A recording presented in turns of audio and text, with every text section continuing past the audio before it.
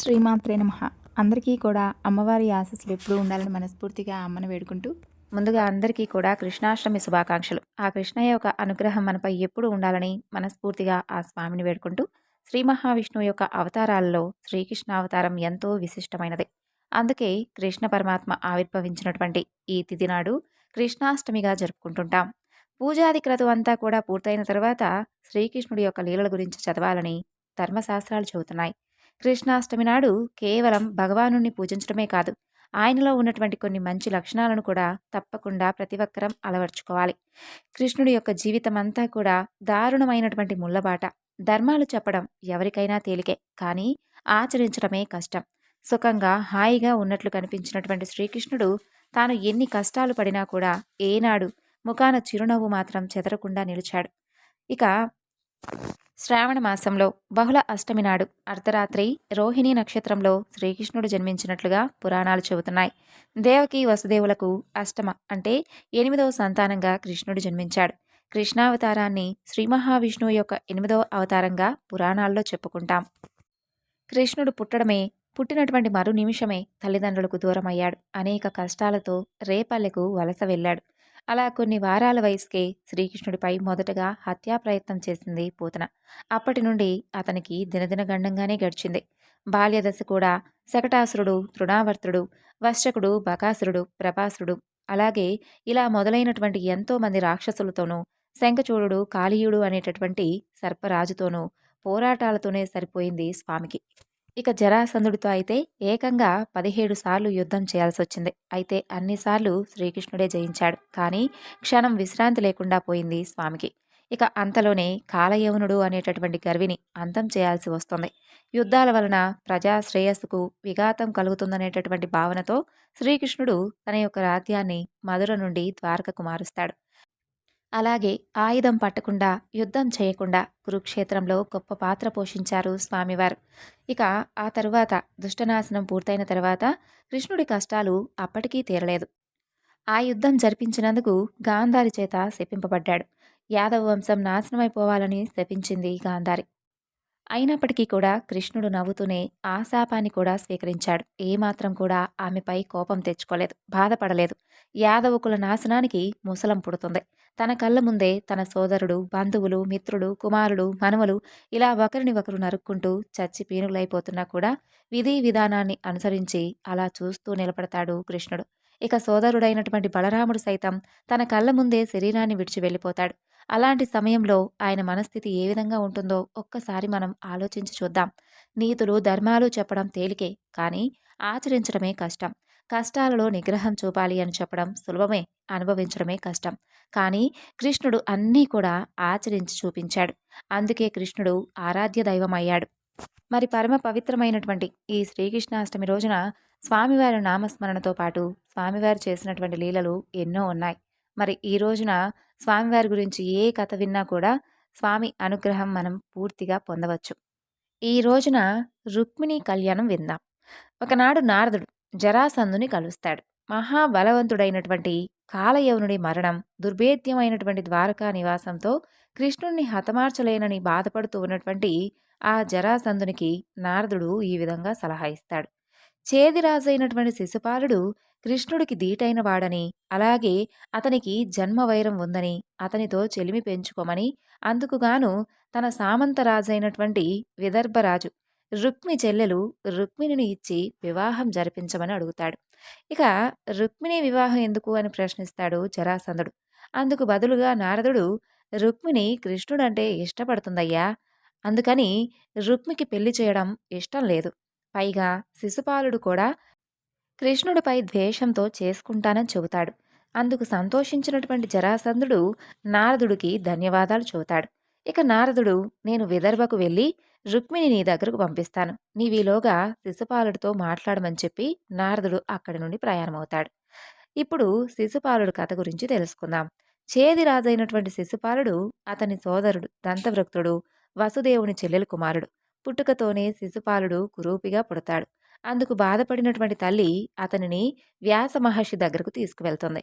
ఆయన ఆ బాలుణ్ణి చూసి తల్లితో ఈ విధంగా చెబుతాడు. ఇతను ఒక మహా వ్యక్తి చేతి స్పర్శతో అందగాడుగా మారతాడు. కానీ అతని చేతిలోనే ఇతని మరణం కూడా రాసి ఉంది. ఆ మహానుభావుడితో విరోధం తెచ్చుకోకుండా కాస్త జాగ్రత్తగా ఉండమని చెబుతాడు. శిశుపాలుడు దంతవక్తుడు తల్లితో కలిసి మేనమామైనటువంటి వసుదేవుడి ఇంటికి వస్తారు. అక్కడ నీలమేఘశ్యాముడైనటువంటి కృష్ణుని చూసి కురూపి అయినటువంటి శిశుపాలుడు ఈర్ష్యాద్వేషం పెంచుకుంటాడు. ఆటలలో కృష్ణుడి చేతి స్పర్శ తగిలి శిశుపాలుడుకు ఉన్నటువంటి ఆ కురూపి నుండి అందగాడుగా మారిపోతాడు.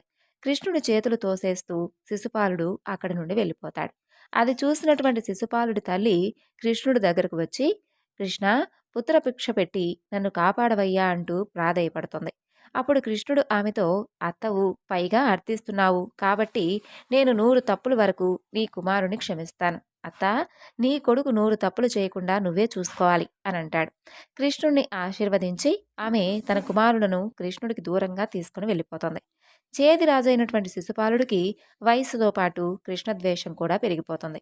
కృష్ణుడికి శత్రువైనటువంటి జరాసంధుడితో చెలిమి పెంచుకుంటాడు. శిశుపాలుడు దంతవక్తుడి గురించి ఇంకొక విషయం కూడా చెప్పాలి.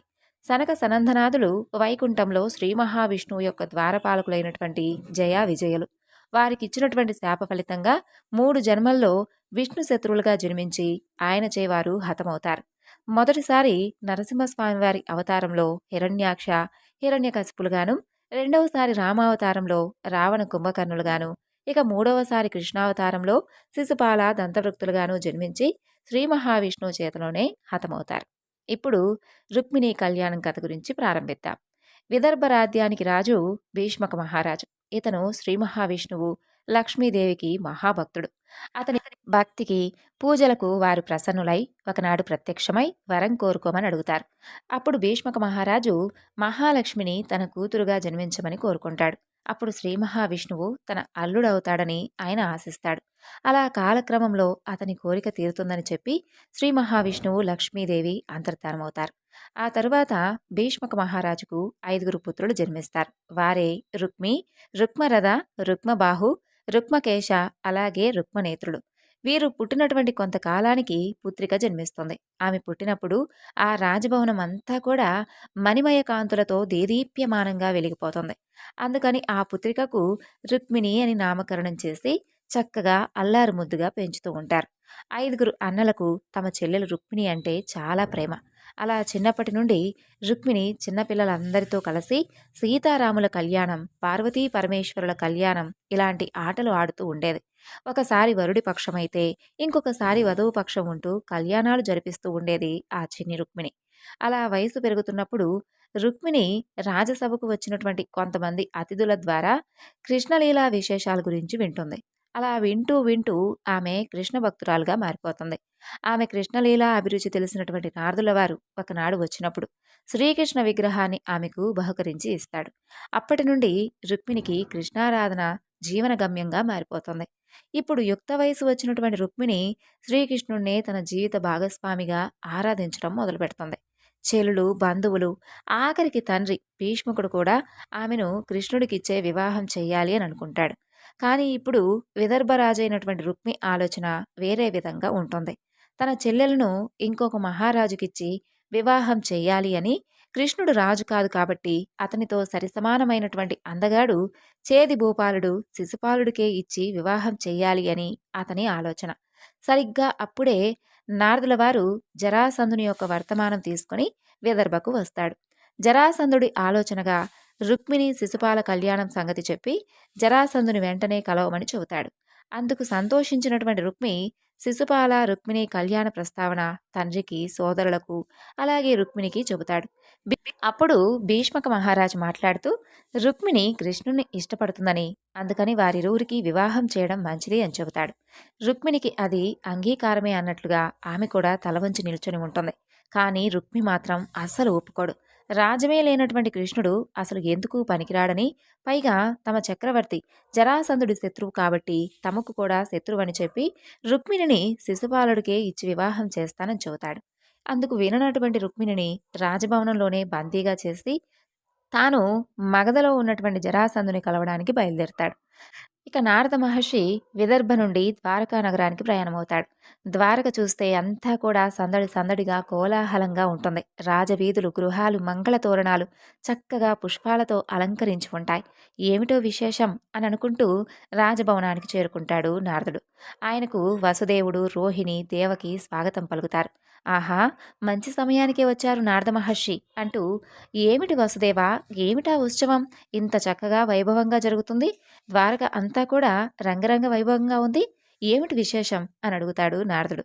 అప్పుడు వసుదేవుడు సమాధానమిస్తూ, పండగే మహర్షి, మరి మా పెద్ద కుమారుడు బలరాముడు పర్వతరాజు రైవతుని కుమార్తె అయినటువంటి రేవతిని వివాహం చేసుకుని ద్వారకకు పత్నీ సమేతంగా వచ్చాడు. తమరు కూడా వచ్చి నూతన దంపతులను ఆశీర్వదించండి అంటూ లోపలికి తీసుకువెళ్తారు. లోపల చూస్తే అంతా కూడా కోలాహలంగా ఉంటుంది. నూతన దంపతులను వచ్చిన వారందరూ కూడా ఆశీర్వదించి వెళుతూ ఉంటారు. ఇక నారదుల వారు అక్షింతలతో బలరామ రేవతులను ఆశీర్వదిస్తాడు. వారు ఆయన పాదాలకు ప్రణమిల్లి దీవెనలు తీసుకుంటారు. ఇక నారదుల వారు వెళ్ళి కృష్ణుడి పక్క ఆసనంపై కూర్చొని కృష్ణుడిని పలకరిస్తాడు.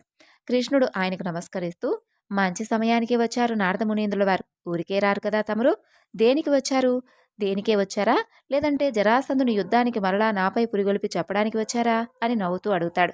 అందుకు నారదుడు, నారాయణ నారాయణ, నా కార్యం అంతా ఈ జగత్ కళ్యాణం కోసమే కదా స్వామి, తమకు తెలియదా ఏమిటి అంటాడు. అప్పుడు కృష్ణుడు నవ్వుతూ, అవును కదూ, మరి ఈవేళ రాకొక కారణమేమిటో అంటాడు. అప్పుడు నారదుడు, కృష్ణ, అన్నగారి కళ్యాణం అయింది, మరి తమరి వివాహం ఎప్పుడు స్వామి అని అంటాడు. అప్పుడు కృష్ణుడు నవ్వుతూ, ఈ నల్లనయ్యకు, పైగా రాధ్యమే లేని వాడికి ఎవరయ్యా పిల్లనిచ్చేది, ఒకవేళ ఎవరైనా ఇద్దామన్నా మీరివ్వనిస్తారా ఏమిటి అంటూ జరాసంధుడికి నారదుడు ఇచ్చినటువంటి సలహా గురించి చురకనంటిస్తాడు కృష్ణుడు. నారదుడు నమస్కారం చేస్తూ, స్వామి, నా చేత చేయించేది మీరే, మరలా నాపై నింద వేసేది మీరే, పోనీలేండి స్వామి, ఇంతకీ మా రుక్మిణిని ఏ విధంగా వివాహం చేసుకోదలిచారు, నన్నేం చేయమంటారు చెప్పండి అని అడుగుతాడు.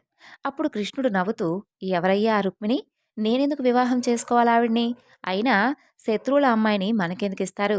కృష్ణ ప్రశ్నలకు తలకిందులైనటువంటి నారదుడు చేతులు జోడించి నమస్కరించి, స్వామి కృష్ణ, జగన్నాటక సూత్రధారి, ఈ తిరకాసులేమిటయ్యా, అక్కడ నీ ధ్యాసలోనే రుక్మిణి జీవనం సాగిస్తుంది, నిన్నే మనసావాచ జీవిత భాగస్వామిగా కోరుకుంటుంది. శత్రువుల పిల్లనని నిన్నే నమ్మినటువంటి ఆ పడతని వదిలేస్తావా, కరుణించి దయచూడు స్వామి, దారి చూపు అనంటాడు. అప్పుడు కృష్ణుడు, నారదా, రుక్మిణి మనసులో ఉన్నది చెప్పి నన్ను అర్థించే వరకు నేనేమీ చేయలేను. శత్రువుల పిల్లను ఇష్టం లేకుండా తీసుకువచ్చానని నాపై నింద వేస్తారయ్యా అని అంటాడు. అప్పుడు నారదుడు లేచి, స్వామి, మీ మనోగతం నాకు అర్థమైంది కదా, నాకిక అనుమతి ఇవ్వండి, తదుపరి కార్యం పూర్తి చేసి తరువాత మీకు దర్శనమిస్తాను అని అక్కడి నుండి బయలుదేరతాడు. ఇక రుక్మి మగధకు వెళ్ళి జరాసంధుణ్ణి, శిశుపాలుణ్ణి కలుస్తాడు. జరాసంధుడు తన మనసులోని ఆలోచన శిశుపాల రుక్మిణి వివాహం గురించి చెప్పి దీనివలన 3 రాజ్యాలు కలిసి బలపడతాయని చెబుతాడు. ఆ వివాహంతో ద్వారకలో ఉన్నటువంటి కృష్ణుణ్ణి బయటకు రప్పించి ఓడించవచ్చులేననేది వారికి ఉన్నటువంటి ఆలోచన. ఇక తాము తమ చతురంగ బలాలతో వివాహానికి ముందరే విదర్భకు వస్తామని చెప్పుకుంటారు. అందుకు రుక్మి సంతోషించి శిశుపాలునికి తన చెల్లెలు రుక్మిని పెళ్లి చేసుకోమని అడుగుతాడు. శిశుపాలుడు అందుకు అంగీకరిస్తాడు. వివాహ ముహూర్తం పెట్టుకుని వారిని విదర్భకు ఆహ్వానించి రుక్మి అక్కడి నుండి బయలుదేరతాడు. రుక్మి విదర్భకు వచ్చి రాజ్యసభ ఏర్పాటు చేసి రాజకుమారి రుక్మిణీదేవి వివాహం చేదిదేశ మహారాజు శిశుపాలుడితో నిశ్చయమైందని చెప్పి ప్రకటిస్తాడు. అలా ముహూర్తానికి 3 రోజుల ముందర జరాసంధ చక్రవర్తి శిశుపాలుడితో కలిసి బంధుమిత్ర సపరివార సమేతంగా విదర్భకు విచ్చేస్తారని, అందుకు తగినటువంటి ఏర్పాట్లు చేయమని ఆదేశిస్తాడు. అలాగే కుందనా నగరం అంటే విదర్భ రాజధాని 4 వైపులా సైన్యం సిద్ధం చేసి కాపలా పెంచమని చెబుతాడు. శ్రీకృష్ణుడు వచ్చి దాడి చేస్తే ఎదుర్కోవడానికి సిద్ధంగా ఉండాలి అని కూడా చెబుతాడు. రుక్మిణి మందిరానికి వెళ్ళి ఆమెతో ఇలా చెబుతాడు. శిశుపాలుడితోనే వివాహం నిశ్చయం చేశానని, అతన్నే ముహూర్తానికి చేసుకోవాలని చెబుతాడు. అక్కడే ఉన్నటువంటి కృష్ణుడి విగ్రహం తీసి బయటకు విసిరివేస్తాడు. అదే సమయంలో రాజభవనం వైపు వస్తున్నటువంటి నారదుడి చేతిలోకి ఆ కృష్ణ విగ్రహం పడుతుంది. తిరిగి మరలా నా దగ్గరికే వచ్చావా స్వామి అని అనుకుంటూ తన దగ్గర దాచుకుంటాడు నారదుడు. ఇక రుక్మిణి తన అన్న వెళ్ళిన తరువాత తండ్రి భీష్మక మహారాజు దగ్గరకు వెళ్ళి ప్రాధేయపడుతుంది. తాను కృష్ణుడిని ఇష్టపడ్డానని చెప్పి శిశుపాలుని వివాహం చేసుకోలేనని అన్న రుక్మికి నచ్చచెప్పమని ప్రాధేయపడుతుంది. ఇక భీష్మక మహారాజు తన మాట రుక్మి వినడని, తాను ఎంతో చెప్పి చూశానని, మిగిలినటువంటి కొడుకులు కూడా రుక్మి పక్షమే ఉన్నారని చెబుతాడు. తాను అశక్తుడనని, ఆ దైవమే నీకు రక్ష అని చెప్పి ఆయన్నే కొలవమని చెబుతాడు. ఇక రుక్మిణి తన మందిరానికి వెళ్ళి అక్కడ ఉన్నటువంటి ఉమాశంకరమూర్తులకు ప్రణమిల్లి, మిమ్మల్నే నమ్ముకున్నారు, ఓ గౌరీ శంకరులారా, నన్ను ఈ విపత్తు నుండి కాపాడి నా స్వామి దగ్గరకు చేర్చండి అంటూ ప్రార్థిస్తూ ధ్యానంలో ఉండిపోతుంది. అప్పుడే రాజభవనంలోకి వచ్చినటువంటి నారద మహర్షి మొదట రుక్మిణి కలుస్తాడు. రుక్మి నారదుడికి ధన్యవాదాలు చెబుతాడు. ఆయన వల్లనే శిశుబాలునితో బాంధవ్యం ఏర్పడుతుందని, తప్పకుండా వివాహానికి వచ్చి ఆశీర్వదించమని కోరుకుంటాడు. ఇక అందుకు అంగీకరించినటువంటి నారదుడు తానొకసారి రుక్మిణిని కలిసి నచ్చచెప్పి వస్తాను అంటాడు. రుక్మి నారదునికి అనుమతిస్తాడు. నారదుల వారు మందిరం లోపలికి వెళ్ళి ధ్యానంలో ఉన్నటువంటి రుక్మిణి కలుస్తాడు. నారదుని రాక చూసి ఆసనమిచ్చి నమస్కరిస్తుంది రుక్మిణి. జరిగిందంతా చెప్పి తనను ఈ బలవంత వివాహం నుండి కాపాడమని వేడుకుంటుంది. అందుకు బాధపడుతున్నటువంటి రుక్మిణిని ఓదార్చి, ఇలాంటి విపత్కర పరిస్థితిలో నిన్ను కాపాడగలిగేది కేవలం ఆ గోవిందుడు ఒక్కడే, కాబట్టి నీవు ఆయన్నే శరణు వేడుకో అని చెబుతాడు. నమ్మకస్తుడైనటువంటి ఒక వ్యక్తితో నీ మనసులో ఉన్నది కృష్ణుడికి తెలియజేసి తీసుకుని వెళ్ళి పెళ్లి చేసుకోమని చెప్పి వర్తమానం పంపించమని సలహా ఇస్తాడు. రుక్మిణి అందుకు సందేహిస్తుంది. రాచరికపు ఆడపిల్లను ఈ విధంగా సందేశం పంపించడం తగునా? ఒకవేళ పంపినా స్వామి కరుణించి వస్తాడా? అసలే శత్రువుల కన్యను కదా అనుకుంటూ నారదుణ్ణి అడుగుతుంది. అప్పుడు నారదుడు సమాధానమిస్తూ, ఆడపిల్ల కోరుకున్న వారికి ఇలా సందేశం పంపించడం ఆనవాయితీ ఉంది. కృష్ణయ్యను సందేహించవద్దు. తనను కోరుకున్న వారికి ఆయన ఎప్పుడూ అన్యాయం చేయడు. తప్పకుండా వచ్చి తీసుకుని వెళ్తాడు. సందేహించకుండా నమ్మిన వారితో సందేశం పంపించు అని చెబుతాడు. ప్రియ సమాగమ ప్రాప్తిరస్తు అంటూ ఆశీర్వదించి అక్కడి నుండి బయలుదేరుతాడు. ఇక నారదుడు వెళ్ళిన తర్వాత రుక్మిణి కాస్త ఆలోచనలో పడుతుంది. ఎవరిని కృష్ణుడి దగ్గరకు పంపించాలి అని ఆలోచిస్తుంది. ఎందుకంటే పొరపాటు జరిగి దొరికితే అవాసు పాలవుతుంది. అలాగే కృష్ణయ్యకు తన సందేశం వినిపించి తిరిగి వివాహ ముహూర్తం ముందే తనను కలవాలి. ఇక ఆలోచించి తన చిన్నప్పటి గురువు బ్రాహ్మణోత్తముడు అగ్నిద్యోతుల వారు రుక్మిణికి గుర్తుకొస్తారు. చెలికత్తె ద్వారా వెంటనే నగరం అవతల ఉన్నటువంటి కులదేవత గౌరీ అమ్మవారి ఆలయంలో కలవమంటూ వర్తమానం పంపిస్తుంది. అమ్మవారి దర్శనానికి వెళుతున్నానని చెప్పి అనుమతి తీసుకుని నగర బయట ఉన్నటువంటి అమ్మవారి ఆలయానికి చేరుకుంటుంది. అక్కడ అగ్నిద్యోతుల వారు వేచి ఉంటారు. అమ్మవారి దర్శనం చేసుకుని చెలికత్తెలను బయట కాపలా ఉండమని చెప్పి అగ్నిద్యోతుల వారి పాదాలకు నమస్కారం చేసి తన మనసులో ఉన్నటువంటి విషయాన్ని చెబుతుంది. ఆయన్ను ద్వారకలో ఉన్నటువంటి కృష్ణుని కలిసి తన మాటగా చెప్పి విదర్భకు వచ్చి తనను తీసుకువెళ్ళమని చెబుతుంది. గోవిందుడు తప్ప తనకిక వేరే దిక్కులేరని, తననే నమ్మి వేచి ఉంటానని చెప్పమని కూడా చెబుతుంది. అందుకు అగ్నిద్యోతుల వారు సంతోషంగా వెళ్ళడానికి అంగీకరిస్తాడు. ఎందుకంటే ఈ విధంగా అయినా దేవదేవుడైనటువంటి ఆ కృష్ణుడి దర్శనం లభిస్తుంది. పైగా మీ ఇద్దరి వివాహ సంధానకర్తను అవడం నా పూర్వజన్మ సుకృతం అనుకుంటాడు. తప్పకుండా ఇప్పుడే ద్వారకకు వెళ్తాను, శీఘ్రమేవ ఇష్టకామ్యాభి సిద్ధిరస్తు అని ఆశీర్వదించి అక్కడి నుండి బయలుదేరుతాడు అగ్నిద్యోతుల వారు. ఇక రుక్మిణి తన చెలికత్తెలతో రాజభవనాన్ని చేరుకుంటుంది. పార్వతీ పరమేశ్వరులను బ్రాహ్మణోత్తముడు త్వరగా ద్వారకకు చేరే విధంగా చూడండి అని ప్రార్థిస్తుంది. ఆమె ప్రార్థనలు విన్నారో ఏమో తెలియదు కానీ ఇక అలా నడిచి వెళుతూ ఉన్నటువంటి అగ్నిద్యోతుల వారికి ముందర ఒక సారథి మంచి అశ్వాలు ఉన్నటువంటి రథం వచ్చి ఆగుతుంది. సారథి రథం దిగి ఆయనకు నమస్కరించి ఇలా అంటాడు, స్వామి, రథాన్ని అధిరోహించండి, తమను ద్వారక దగ్గర దాకా తీసుకువెళ్ళమంటూ దేవేంద్రుల వారి ఆజ్ఞ అని చెబుతాడు. అగ్నిద్యోతుల వారు దేవదేవుని రుక్మిణీ కళ్యాణంలో పాలు పంచుకోవాలని అందరూ కూడా ఉత్సాహంలో ఉన్నారులా ఉంది అని అనుకుని ఆ రథాన్ని ఎక్కుతాడు. ఇక రథం ద్వారక వైపు పరుగులు తీస్తుంది. రుక్మిణికి రోజులు గడిచి ముహూర్త సమయం దగ్గరయ్యే కొలది ఆందోళన ఆతృత పెరుగుతూ ఉంటాయి. ఆ బ్రాహ్మణోత్తముడు వెళుతున్నారా, లేదంటే అలసిపోయి ఎక్కడైనా మార్గమధ్యంలో విశ్రాంతి తీసుకుంటున్నాడా, లేదంటే కృష్ణుని కలిశాడా, అది విన్నటువంటి కృష్ణుడు తప్పుగా అనుకున్నాడా, ఆ గౌరీదేవి దయ నా మీద ఉందా, లేదంటే నా తలరాత అసలు ఏ విధంగా ఉందో అనుకుంటూ చింతిస్తూ ఉంటుంది రుక్మిణి. ఇక్కడ అగ్నిద్యోతుల వారు ద్వారకకు ముందర సముద్ర తీరాన్ని వదిలేసి రథసారథి అక్కడి నుండి వెళ్ళిపోతాడు. అగ్నిద్యోతుడు సముద్రుని చూసి, ఓ సముద్రుడా, నేను రుక్మిణీదేవి యొక్క అత్యవసర సందేశాన్ని శ్రీకృష్ణ స్వామి వారికి తీసుకుని వచ్చాను.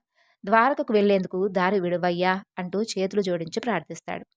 ఆయన ప్రార్థన విన్నట్లుగా సముద్రుడు నీటిని పక్కకు తొలగించి ద్వారకకు దారిస్తాడు. అగ్నిద్యోతుల వారు నడుచుకుంటూ నగర ప్రవేశానికి ద్వారం వైపు దగ్గరగా చేరుకుంటాడు. అక్కడ ఉన్నటువంటి ద్వారపాలకులైనటువంటి కొంతమంది కృష్ణుని కలవడానికి చాలా దూరం నుండి వచ్చానని చెప్పి అగ్నిదూతల వారు వారికి చెప్తారు. తన పేరు అగ్నిద్యోతులని, విదర్భ రాజకుమారి రుక్మిణీదేవి సందేశాన్ని తీసుకువచ్చానని, అత్యవసరంగా కృష్ణుని కలవాలని చెబుతాడు. అప్పుడు వారు ఆయనకు వేచి ఉండమని చెప్పి తాము కృష్ణునికి అగ్నిద్యోతుల వారు వచ్చారని చెప్పి తెలియజేస్తారు. అప్పుడు కృష్ణుడు ఆయన సాదరంగా తన దగ్గరకు తీసుకున్నామని చెప్పి చెబుతాడు. ద్వారపాలకులు అగ్నిద్యోతుని సాదరంగా రాజమందిరంలోకి తీసుకెళ్తారు. అక్కడ బలరామకృష్ణుడు, వసుదేవుడు, సాత్యకి అలాగే అక్రూరుడు ఆసీనుడై ఉంటారు. శ్రీకృష్ణ దర్శనమైన తర్వాత అగ్నిద్యోతనుడు ఆ యొక్క నీలమేఘ శ్యాముని యొక్క రూపం చూసి భక్తి పారవస్యంతో తన్మయుడవుతాడు. ఎన్ని జన్మల పుణ్యఫలమో స్వామి, దేవదేవుడు అయినటువంటి నీ దర్శనం నాకు లభించింది. కళ్ళ నిండా ఆనంద బాష్పాలతో చేతులు జోడించి నమస్కరిస్తాడు. అప్పుడు కృష్ణుడు తన ఆసనం నుండి లేచి అగ్నిద్యోతుల వారి దగ్గరకు వచ్చి, బ్రాహ్మణోత్తమ, ఎవరు మీరు? ఏ రాజ్యం వారు? ఇంత దూరం ప్రయాణం చేసి నా కోసం ఎందుకొచ్చారు? ఏ సహాయం కోరి నా చెంతకు వచ్చారు? నిస్సంకోచంగా చెప్పండి. మీ సేవకై నేను తత్పరుడై ఉన్నాను అని అడుగుతాడు. అప్పుడు అగ్నిద్యోతుల వారు, గోవర్ధన గిరిధారి, నా నామధేయం అగ్నిద్యోతనుడు. నేను విదర్భవాసిని. రాజధాని కుండినా నగరం నా నివాసం. రాజకుమారి రుక్మిణీదేవికి విద్యోపాసన చేసినటువంటి ఉపాధ్యాయుడను. మా రుక్మిణి సందేశం తీసుకుని మీకు విన్నవించాలని ఆమె యొక్క అభ్యర్థనపై మీ సన్నిధికి వచ్చాను. దేవదేవా, కృష్ణ, మీ అనుమతి అయితే సందేశాన్ని వినిపిస్తాను అంటూ కృష్ణుడి వంక చూస్తాడు. కృష్ణుడు అగ్నిద్యోతనితో, అగ్నిద్యోతన, మీరు రుక్మిణి సందేశం చెప్పండి, ఎలాంటి సందేహం వద్దు అని అంటాడు. అప్పుడు అగ్నిద్యోతుల వారు ఆసనం నుండి లేచి కృష్ణుడి వంక తిరిగి చేతులు జోడిస్తూ, స్వామి, మా ఇందువదన రుక్మిణి విన్నపాన్ని ఆలకించండి. స్వామి కృష్ణ, నీ గుణములు విన్నంత మాత్రానే శరీర బాధలు తొలగిపోతాయి. నీ దర్శనంచే మోక్షం లభిస్తుంది. నీ నామస్మరణచే సంసార దుఃఖం మాసిపోతుంది. అలాంటి నీ లీలలు విని నీకే మనసును అర్పించుకున్నాను. మహాలక్ష్మి విష్ణువును కోరిన విధంగా నేను కోరుకున్నాను. ఓ పురుషోత్తమ, సింహం సత్తును నక్క కొరుక్కున్నట్లుగా నీదాననైనటువంటి నన్ను శిశుపాలుడు నీ వీరత్వం తెలియక నన్ను కోరుకుంటున్నాడు. నీ మీద శత్రుత్వంతో జరాసంధుడు, మా అన్న రుక్మి నన్ను శిశుపాలుడికిచ్చి వివాహం చేయడానికి నిశ్చయించారు. నేను పూర్వజన్మలలో చేసినటువంటి వ్రతఫలం వలన, లేదంటే ఈ జన్మలో ఉమాశంకరులకు నిష్ఠగా ప్రీతిగా చేసినటువంటి పూజల వలన కానీ నీవే నా పతివి కావాలి. అందుకే పంకజనాభా, నీ పాదపద్మములకు ప్రణమిల్లి అర్థిస్తున్నాను. నీవు నీ చతురంగ బలములతో వచ్చి శిశుపాల జరాసంధులను జయించి నీ వెంట నన్ను తీసుకుని వెళ్ళు. నన్ను మా అన్న బందీగా చేశాడు. నీవు అంతఃపురంలోకి తీసుకువెళ్ళడానికి వస్తే నిన్ను నీ బంధువులను చంపడానికి ఏర్పాట్లు కూడా చేశాడు. కాబట్టి నేను వివాహానికి ముందు మా ఆచారం ప్రకారం నగరం బయట ఉన్నటువంటి గౌరీదేవి ఆలయానికి వస్తాను. నీవు నన్ను అక్కడి నుండి తీసుకుని వెళ్ళవచ్చు. నీవు నన్ను నీ యోగ్యురాలుగా తలవని ఎడల 100 జన్మలైనా నిన్నే తలుచుకుంటూ ప్రాణాలు వదిలేస్తాను. ఎందుకంటే ప్రాణేశ, నీ మధుర భాషము విననటువంటి ఈ చెవులెందుకు? పురుషోత్తమ, నీకు అర్పితం కానటువంటి ఈ శరీర సౌందర్యం ఎందుకు? భువనమోహన, నిన్ను చూడలేనటువంటి ఈ కన్నులు ఎందుకు? ప్రియతమ, నీ అదరామృత రుచి పొందనటువంటి ఈ జిహ్వ ఎందుకు? కమలనైన నీ వనమాలికా వాసన గ్రహించినటువంటి ఈ నాసిక ఎందుకు? ధన్యచరిత, నీకు సేవ చేయలేనటువంటి ఎన్ని జన్మలైనా ఈ జన్మలెందుకు స్వామి? శీఘ్రమే నా మొర ఆలకించి నన్ను కరుణించు. 1000 కళ్ళతో నీ రాకకై ఎదురు చూస్తూ ఉన్నటువంటి నీ ప్రాణసఖి రుక్మిణి అని అగ్నిద్యోతన వారు ఆ తరువాత రుక్మిణి లోకోత్తర సౌందర్యాన్ని గురించి వర్ణిస్తాడు. చివరికి కృష్ణయ్య, నీకు తగినది మా రుక్మిణి, మా రుక్మిణికి తగినవాడవు నీవయ్యా. ఇది మా ఉపాధ్యాయుల వాకు. మీరిరువురికి వివాహం తథ్యం. బ్రహ్మవాకు బ్రాహ్మణవాకు అని వినతి ముగించాడు. ఆ తరువాత అదంతా విన్నటువంటి కృష్ణుడు సంతోషంతో అగ్నిద్యోతుణ్ణి ఆలింగనం చేసుకొని, పండితోత్తమ, నీ మాటలు నాకు ఆనందం కలిగించాయి. నాకు కూడా రుక్మిణి అంటే అనురాగం ఉంది. నేను విదర్భకు తప్పకుండా వస్తాను కదా. భీష్మపురిలోకి వచ్చి బ్రహ్మాదులు అడ్డం వచ్చినా సరే వారందరినీ ఎదిరించి రుక్మిణిని తీసుకుని వచ్చి వివాహం చేసుకుంటాను. అగ్నిద్యోతన, రుక్మిణిని నిశ్చితంగా ఉండమని చెప్పండి. వివాహ ముహూర్తం ముందే ఆమె చెప్పినట్లుగా గౌరీదేవి ఆలయం దగ్గరకు వచ్చి తప్పకుండా తీసుకుని వెళ్తానని కూడా చెప్పండి. అందుకు సంతోషించినటువంటి అగ్నిద్యోతుల వారు అందరికీ నమస్కరించి అనుమతి తీసుకుని విదర్భకు ప్రయాణమవుతాడు.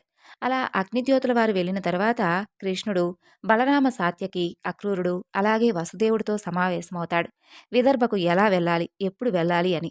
ఇక అందరూ కూడా కృష్ణుడికి తోడుగా సైన్యంతో వస్తామని అంటారు. కానీ కృష్ణుడు ఒప్పుకోడు.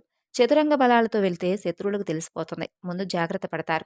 తాను ఒక్కడే బయలుదేరి సరిగ్గా ముహూర్తానికి కొన్ని గంటల ముందు రుక్మిణి చెప్పిన విధంగా గౌరీదేవి ఆలయం దగ్గరకు వెళ్లి తీసుకుని వస్తానని సైన్యంతో వారు తర్వాత బయలుదేరి దారిలో సహాయం చేయడానికి వేచి ఉండమని చెబుతాడు. అప్పుడు అందరూ కూడా అందుకు అంగీకరిస్తారు.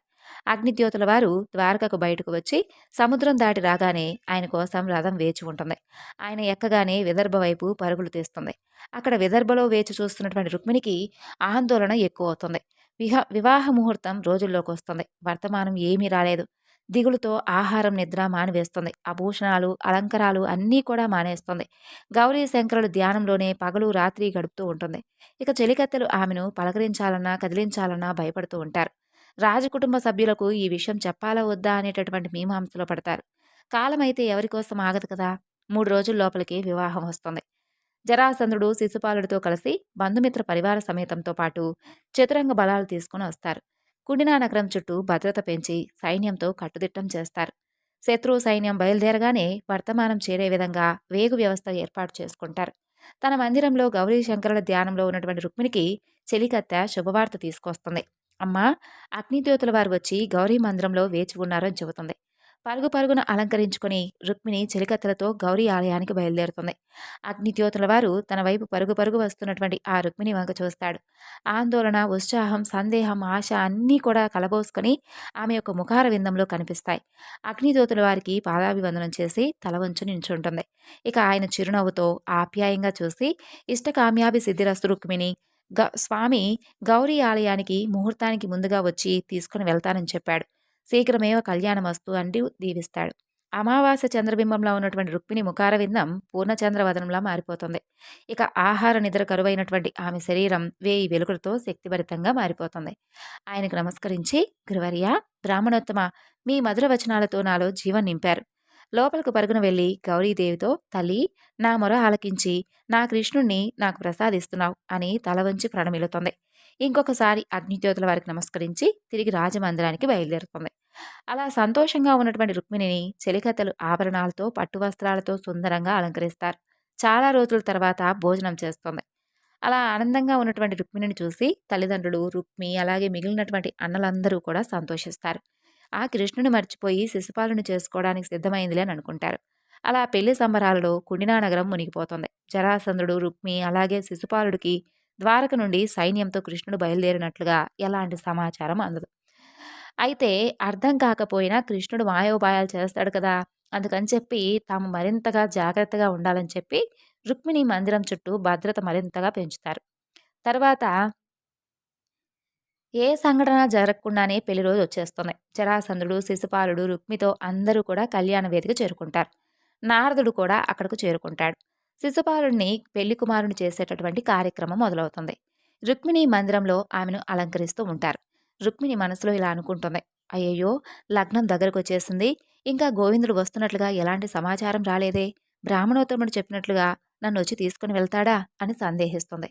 మరుక్షణంలోనే గౌరీమాత నా కోరిక తప్పకుండా నెరవేరుస్తుందిలే అనుకుంటూ ధైర్యం తెచ్చుకుంటుంది. అలా అలంకరించినటువంటి పెళ్లి కూతురు రుక్మిణి ఆచార సాంప్రదాయం ప్రకారం చెలికత్తెలు నగర బయట ఉన్నటువంటి గౌరీ ఆలయానికి తీసుకుని వెళ్తారు. వెంట బంధువులు, కొంతమంది సైన్యం ఉంటారు. ఇక గౌరీదేవి ఆలయం చేరుకున్నటువంటి రుక్మిణి చుట్టుపక్కల అంతా చూస్తుంది. అంతా ప్రశాంతంగా ఉంటుంది. పురోహితులు రుక్మిణి లోపలికి తీసుకువెళ్లి గౌరీ పూజలో కూర్చోబెడతారు. ఆందోళన, ఆతృత పక్కన పెట్టేసి రుక్మిణి అమ్మవారిపై మనసు లగ్నం చేసి పూజ చేస్తూ ఉంటుంది. అలా క్షణం గడుస్తూ ఉంటుంది. రుక్మిణి సంగతి తెలియదు గాని ఆమె చెలికత్తెలకు మాత్రం ఉద్వేగంతో హృదయం వేగం పెరుగుతుంది. వారందరూ కూడా అమ్మవారికి నమస్కరించి రుక్మిణి కోరిన విధంగా జరిగేలాగా చెయ్యమ్మా అనుకుంటూ ప్రార్థిస్తారు. పైన ఆకాశంలో గంధర్వులు, కిన్నెర కింపురుషులు, దేవతలతో సప్త ఋషిగణం అందరూ కూడా చేరి రుక్మిణి కృష్ణుల యొక్క ప్రథమ సమాగమనం కోసం ఎదురు చూస్తూ ఉంటారు. గౌరీ పూజ సుసంపన్నమవుతుంది. అదే క్షణంలో బయట కలకలం మొదలవుతుంది. చెలికత్తెలు బయటకొచ్చి చూస్తారు. ఎటు నుండి ఎలా వచ్చాడో తెలియదు కానీ మాయలోడైనటువంటి మన కృష్ణయ్య రథంలో వచ్చేస్తాడు. అక్కడ ఉన్నటువంటి కాస్త సైనికులను నిస్తేజం చేస్తాడు. బంధువులందరూ కూడా కృష్ణుడికి నమస్కరించి దారిస్తారు. రథం ఆలయం ముందరకు వచ్చి ఆగుతుంది. చెలికత్తె ఒకరు పరుగు పరుగున లోపలికి వెళ్ళి, అమ్మా రుక్మిణమ్మ, కృష్ణయ్య వచ్చేశాడు, వచ్చేయండమ్మా అంటూ సంతోషంతో చేతులు కుదుపుతూ చెబుతుంది. తడబడుతున్నటువంటి అడుగులతో ఒకవైపు హృదయవేగ స్పందన, మరోవైపు నునుసిగ్గుతో చెలికత్తె చేతి ఆసరాతో బయటకు వస్తుంది రుక్మిణి. బయట రథంలో ఉన్నటువంటి కృష్ణుడు తడబడుతూ ఉన్నటువంటి అడుగులతో పెళ్లి కుమార్తె అలంకరలో భువనసుందరి రుక్మిణిని చూసి చిరునవ్వుతో అలా చూస్తూ ఉంటాడు. శిరస్సు వంచి వచ్చినటువంటి రుక్మిణి మొట్టమొదటిసారి కన్నుల ముందు ఉన్నటువంటి కృష్ణుణ్ణి కొద్దిగా తలెత్తి చూస్తుంది. రుక్మిణికి కృష్ణుడు ఆ క్షణం ఎలా కనిపిస్తాడో తెలుసా? పూర్ణ చంద్రబింబం వంటి ముఖార విందం, సింహరాజపు నడుము వంటి నడుము, కొత్త కమలరేకుల వంటి కన్నులు, విశాలమైనటువంటి అందమైనటువంటి వక్షస్థలం, ఆ తరువాత నీలాకాశం వంటి శరీర కాంతి, పర్వతములకు శత్రువైనటువంటి ఇంద్రుని ఐరావత హస్తం వంటి హస్తములు, చేతిలో చక్రాయుధం, పీతాంబరం కట్టినవాడు, ఘనమైనటువంటి ఆభరణాలు ధరించినవాడు, శంఖము వంటి కంఠం కలవాడు, జయం కోసం ఉత్కంఠ కలవాడు, లోకమంతా మోహించినవాడు అయినటువంటి ఆ కృష్ణుని చూసి తన్మయత్వంలో నిలబడిపోయి ఉంటుంది రుక్మిణి. రుక్మిణియే కాదు, అక్కడ ఉన్నవారి పరిస్థితి అంతా కూడా అలాగే ఉంటుంది. మరి దేవదేవుని దర్శనం లభించిన వారందరూ కూడా జన్మజన్మలుగా చేసుకున్న వారి పుణ్య ఫలితం కదా, అలాగే భావిస్తూ ఉంటారు మరి అందరూ. అందరూ చూస్తూ ఉండగానే కృష్ణుడు తన చేయి చాచి రుక్మిణి చేయి పట్టుకొని రథంలోకి తీసుకుంటాడు. పాణిగ్రహం అయినటువంటి ఆ జంటపై ఆకాశంలో ఉన్న వారందరూ కూడా పుష్పాలతో అక్షింతలతో ఆశీర్వదిస్తారు. అక్కడ ఉన్న వారందరూ కూడా అక్షింతలు పుష్పాలు చల్లుతారు. రథం ద్వారక వైపు పరిగెడుతూ ఉంటుంది. తేరుకున్నటువంటి సైనికులు కళ్యాణ వేదిక దగ్గరున్నటువంటి శిశుపాల, జరాసంధ, రుక్మిణులకు విషయం తెలియజేయడానికి పరిగెడతారు. కళ్యాణ మండపంలో ఉన్నటువంటి జరాసంధుడు రుక్మి, శిశుపాల దంతవృక్తులకు గౌరీదేవి ఆలయం నుండి వచ్చినటువంటి సైనికులు శ్రీకృష్ణుడు రుక్మిణీదేవిని తీసుకుని వెళ్ళినటువంటి సమాచారం తెలియజేస్తారు. అందరూ కూడా కోపంతో రగిలిపోతారు. ఎంత ధైర్యం ఆ కృష్ణుడికి! మన రాజకన్యను, అందులోనూ పెళ్లి కుమార్తెను అపహరించుకుపోతాడా? పదండి, ద్వారకకు వెళ్తున్నటువంటి ఆ గోపాలుని అడ్డగించి మన కన్యను తీసుకువద్దామంటూ తమ తమ సైన్యాలతో బయలుదేరి వెళ్తారు. అక్కడ ద్వారక వైపు ప్రయాణిస్తున్నటువంటి కృష్ణుడికి తోడుగా యాదవ సైన్యం బలరాముని యొక్క నేతృత్వంతో వచ్చి కలుస్తుంది. జరాసంధుడు, శిశుపాలుడు, దంతవృక్తుడు వెంబడిస్తూ దగ్గరకు వస్తూ ఉంటారు. దంతవృక్తుడు ముందుగా కృష్ణరథం చెంతకు చేరి కృష్ణుడి మాటలతో తోలనాడుతూ ఉంటాడు. ఓయి గోపాల, గోకులంలో వెన్న దొంగలించడం కాదు, మా అన్న శిశుపాలుని వధువైనటువంటి రుక్మిణిని తీసుకుని వెళ్లడం, దొంగచాటుగా ఆలయం నుండి కన్యను అపహరించినటువంటి ఓ పిరికి పంద, మీసం లేకపోయినా రోషముంటే నిలిచి పోరాడు. ఇలా దంతవృక్తుని మాటలు వినలేక రుక్మిణి తన చెవులు మూసుకుంటుంది. అవన్నీ విన్నటువంటి గోవిందుడికి ఆగ్రహం వస్తుంది. రథం ఆపి దంతవృక్తుని వంక చూసి, దంతవృక్త, ఈ క్షణంతో నీ ఆయు తీరిపోయింది అంటూ చక్ర ప్రయోగం చేస్తాడు. చక్రం రివ్వున దూసుకుపోయి తోలనాడుతూ ఉన్నటువంటి దంతవృక్తుని యొక్క శిరస్సును ఖండిస్తుంది. ఆ శిరస్సు భూమిపై దొర్లుతూ పడిపోతుంది. క్షణాలలోనే అతను విగత జీవుడవుతాడు.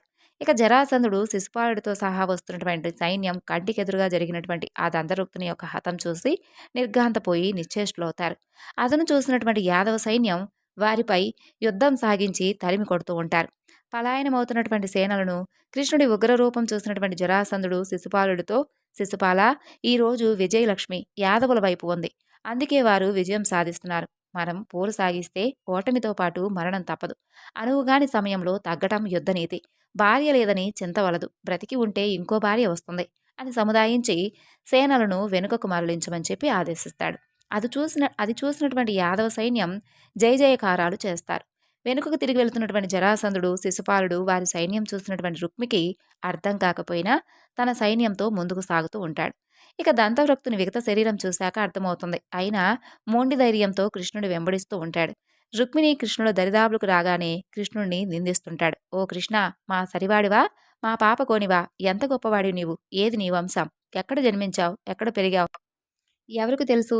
నీ అత్త కొడుకు శిశుపాలుడికి కాబోయేటటువంటి భార్య నీకు సోదరి వరుసవుతుంది కదా, మరి ఎలా ఆమెను అపహరిస్తావు? మా రుక్మిణిని ఇచ్చేయి, లేదా నీ గర్వభంగం అయ్యే విధంగా యుద్ధంలో ఓడిస్తాను అనేటటువంటి పరుషవచనాలకు రుక్మిణికి దుఃఖంతో కన్నీరు వస్తుంది. అది చూసినటువంటి కృష్ణుడు ఉగ్ర నరసింహుడవుతాడు. విల్లు తీసుకొని బాణాలు సంధించి రుక్మి రథసారథిని, అశ్వాలను పడగొడతాడు. రథాన్ని ముక్కలు చేస్తాడు. కింద పడినటువంటి రుక్మి వైపు రథం దిగి కత్తి దూసుకొని అలా నిలుచొని ఉంటాడు. అది చూసినటువంటి బలరాముడు కూడా రథం దిగి, కృష్ణ వద్దు, చంపద్దు, సంయమనం పాటించు, రుక్మిణి సోదరుడు, గుర్తుంచుకో అంటాడు. ఎక్కడి నుండి చూస్తున్నాడో కానీ నారదుడు కూడా శాంతపరచడానికి అక్కడికి వస్తాడు. ఇక రుక్మిణి కూడా రథం దిగి రుక్మి దగ్గర ఉన్నటువంటి కృష్ణుడికి పాదాలను తాకి, మధుసూదన, మా అన్న చేసినటువంటి తప్పును క్షమించి ప్రాణభిక్ష పెట్టండి, మా తల్లిదండ్రులకు పుత్రశోకం కలిగించకండి అని ప్రాధేయపడుతుంది. ఇక కృష్ణుడు తన యొక్క సహజ మందహాస రూపంలోకి వచ్చి రుక్మి వంక చూసి, బావా, చూశావా, నీవు కాదనుకున్నా నీ చెల్లెలు నీ ప్రాణాలను రక్షించింది. అయినా బావ అయినటువంటి నీకు సత్కారం చేయకుండా, ఇతరులు చూసి ఇలాంటి నిందారోహణ చేయకుండా ఉండడానికి నీకు నేనే తగినటువంటి సత్కారం చేస్తానని కత్తితో సగం మీసం, సగం తల, జుట్టు తీసేస్తాడు. అది చూసినటువంటి నారదుడు ఇలా అంటాడు. తలా శిరోజాలు మీసం తీయడం, తలదీయడం కన్నా పెద్ద శిక్ష సత్కారం కాదు కదా అంటాడు. ఇక బలరాముడు ద్వారకకు రుక్మిణీ కృష్ణుల యొక్క ఆగమనం గురించి ముందే వర్తమానం పంపిస్తాడు. ఆ తరువాత ద్వారకను సుందరంగా అలంకరించమని, కృష్ణుడు కళ్యాణానికి ఏర్పాట్లు చేయమని, ప్రజలందరినీ ఆహ్వానించమని చెబుతాడు. రుక్మిణి తల్లిదండ్రులను విదర్భ నుండి, అలాగే ఇతర సామ్రాజ్య రాజులందరినీ కూడా ఆహ్వానించమని వర్తమానం పంపిస్తాడు. కృష్ణుడిచే పరావించబడినటువంటి రుక్మి తాను జరిగినటువంటి అవమానానికి ప్రతీకారం తీర్చుకునే వరకు విదర్భలో అడుగు పెట్టనని సైన్యాన్ని వెనక పంపి తాను మగధ రాజ్యానికి ప్రయాణమవుతాడు. ద్వారక అంతా కూడా సర్వాంగ సుందరంగా ముస్తాబవుతోంది. బలరాముడు, నారదుడు ముందుగా వెళుతూ ఉండగా రథసారథిగా ఉన్నటువంటి రథంలో శ్రీకృష్ణ రుక్మిణులు ద్వారకలో ప్రవేశిస్తారు. రహదారులకు ఇరువైపులా పూలవర్షం కురిపిస్తుంటే రథం రాజభవనం వైపు నెమ్మదిగా కదులుతుంది. ఆ తర్వాత రాజభవనం దగ్గర దేవకి, వసుదేవులు, ఉగ్రసేనుడు, అలాగే మిగిలినటువంటి పుర ప్రముఖులందరూ కూడా ఆహ్వానం తెలియజేస్తారు. రుక్మిణీ కృష్ణులకు మంగళహారతి ఇచ్చి స్వాగతం పలుకుతారు. వసుదేవుడు వారితో ఇలా అంటాడు: కృష్ణ, రుక్మిణి, మీరిరువురికి మరి 2 దినాలలో శుభముహూర్తాన వివాహం నిశ్చయించాం. అంతదాకా మీరిరువురు వేరువేరు మందిరాల్లో ఉండండి. రుక్మిణి, మీ తల్లిదండ్రులు రమ్మని వర్తమానం పంపించాం. వారు కూడా బయలుదేరి వస్తున్నారు. నారదుడు కూడా నేను దేవతలందరినీ వివాహానికి ఆహ్వానించి తీసుకొస్తానని వెళ్తాడు. ఇక 2 రోజుల్లో ద్వారకను సర్వాంగ సుందరంగా అలంకరిస్తారు. కళ్యాణ మండపం మామిడి తోరణాలతో, రకరకాల పుష్పాలతో అలంకరిస్తారు. అరటి చెట్లు మొదలైన వాటితో స్వాగత ద్వారాలు ఏర్పాటు చేస్తారు. వైకుంఠమే భూకి వచ్చినట్లుగా అనిపిస్తుంది. భూరాజులతో పాటు సమస్త దేవతా, యక్ష, గంధర్వ, కింపురుషులందరూ కూడా మానవ రూపాలలో ద్వారకకు విచ్చేస్తారు. దేవగురు బృహస్పతితో పాటు సప్త ఋషులు, ఋత్వీకులైన వారు కృష్ణ రుక్మిణుల యొక్క వివాహానికి వస్తారు. తర్వాత కృష్ణుడు రుక్మిణులకు మంగళ స్నానాలు చేయించి పెళ్లి కుమారుడు, పెళ్లి కుమార్తెగా అలంకరిస్తారు. విదర్భ నుండి రుక్మిణి తల్లిదండ్రులను దేవరథంలో ఇంద్ర రథసారథి తీసుకొస్తాడు. సకల దేశాల రాజులు, బ్రహ్మ మహేశ్వర దంపతులతో పాటు దేవతలందరూ కూడా ఆ కళ్యాణ మందిరంలో ఆసీనులై ఆ పుణ్య ముహూర్తం కోసం ఎదురు చూస్తూ ఉంటారు. కృష్ణుడు స్నాతకం చేసుకుని కళ్యాణ మండపంలో కూర్చుంటాడు. నారదుల వారు స్వయంగా పెళ్లి కార్యక్రమాన్ని పర్యవేక్షిస్తూ ఉంటాడు. మానవావతారంలో దేవదేవుని యొక్క వివాహం ఇదే చివరిదవడంలో అందరూ కూడా ఆ కమనీయ ఘట్టాన్ని కన్నుల ద్వారా తమ యొక్క హృదయాలలో భద్రపరుచుకుంటారు. రుక్మిణీదేవి గౌరీ పూజ సుసంపన్నమై ముహూర్తం సమీపించడంతో ఆమెను మానవ రూపాలలో ఉన్నటువంటి దేవతలందరూ కూడా బంధువులుగా కళ్యాణ పల్లకిలో తీసుకొస్తారు. ఇద్దరి మధ్య అడ్డుతెర, ఆ పక్క నుంచి భీష్మక దంపతులు రుక్మిణి హస్తాలు కృష్ణయ్య హస్తాలతో ఉంచి శాస్త్రోక్తంగా కన్యాదానం చేస్తారు. ముహూర్త సమయం రాగానే జీలకర్ర, బెల్లం వధూవరులు ఒకరిపై ఒకరు ఉంచుకోవడంతో కళ్యాణం జరుగుతుంది. చూసిన వారందరూ కూడా పవిత్ర అక్షింతలు చల్లి దీవిస్తారు. మంగళసూత్ర ధారణ, తలంబ్రాలు, నాగవల్లి, అరుంధతి దర్శనంతో సుసంపన్నమవుతుంది. జగన్నాథుడి కళ్యాణం చూసి తరించిన వారందరూ కూడా అదంతా కూడా తమ తమ పూర్వజన్మ పుణ్యమని తిరుగు ప్రయాణమవుతారు. ఇక నారదుల వారు చివరికి స్వస్తి వాక్యం పలుకుతూ రుక్మిణీ కళ్యాణం చూసినవారు, విన్నవారు, వినిపించినవారు, అలాగే చదివినవారు తప్పక తరిస్తారని, ఏ ఇంట రుక్మిణీ కళ్యాణం చదివితే ఆ ఇంట్లో సకల శుభాలు, ఆ ఇంట్లో వివాహం కాని పిల్లలకు వివాహాలవుతాయని పలుకుతాడు. సర్వం శ్రీ లలితార్పణమస్తు. స్వస్తి.